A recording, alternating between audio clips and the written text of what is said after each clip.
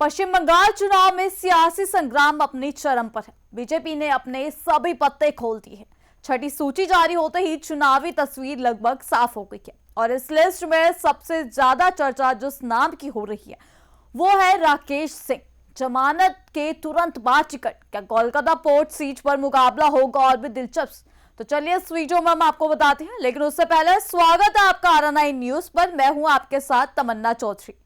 पश्चिम बंगाल विधानसभा चुनाव को लेकर बीजेपी ने अपनी छठी और अंतिम सूची जारी कर दी है। इस सूची के साथ ही बीजेपी ने राज्य की सभी 294 सीटों पर अपने उम्मीदवारों का ऐलान कर दिया है। इस बार सबसे ज्यादा सुर्खियों में है कोलकाता पोर्ट विधानसभा सीट नंबर 158, जहां से बीजेपी ने राकेश सिंह को उम्मीदवार बनाया है।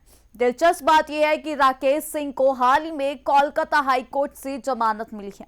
इसके बाद ही उन्हें चुनावी मैदान में उतारा गया। सियासी हलकों में पहले से ही चर्चा थी कि बीजेपी उन्हें टीएमसी के दिग्गज नेता फिरहाद हकीम के खिलाफ मैदान में उतार सकती है और अब इस पर मुहर लग गई है। देखिए ये खास रिपोर्ट। राकेश सिंह को हाल ही में पुलिस ने कांग्रेस कार्यालय में तोड़फोड़ के आरोप में गिरफ्तार किया था। इस मामले में उनकी गिरफ्तारी ने राजनीतिक माहौल को गरमा दिया था। हालांकि कलकत्ता हाईकोर्ट से जमानत मिलने के बाद वे अब चुनावी मैदान में उतर चुके हैं। बीजेपी का यह फैसला साफ संकेत देता है कि पार्टी इस सीट पर मजबूत और आक्रामक मुकाबला चाहती है। पश्चिम बंगाल की 294 विधानसभा सीटों पर बीजेपी इस बार पूरी ताकत के साथ चुनाव लड़ रही है। छठी सूची जारी होने के साथ ही पार्टी ने सभी उम्मीदवारों की घोषणा कर दी है।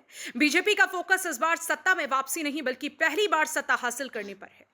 इसी रणनीति के तहत पार्टी ने कई सीटों पर नए और विवादित चेहरों को भी मौका दिया है। बंगाल विधानसभा चुनाव इस बार 2 चरणों में कराए जाएंगे।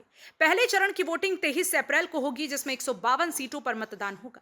वहीं दूसरे चरण की वोटिंग 29 अप्रैल को होगी, जिसमें 142 सीटों पर वोट डाले जाएंगे। 4 मई को चुनाव के नतीजे घोषित होंगे। सरकार बनाने के लिए किसी भी पार्टी को 148 सीटों का आंकड़ा पार करना होगा।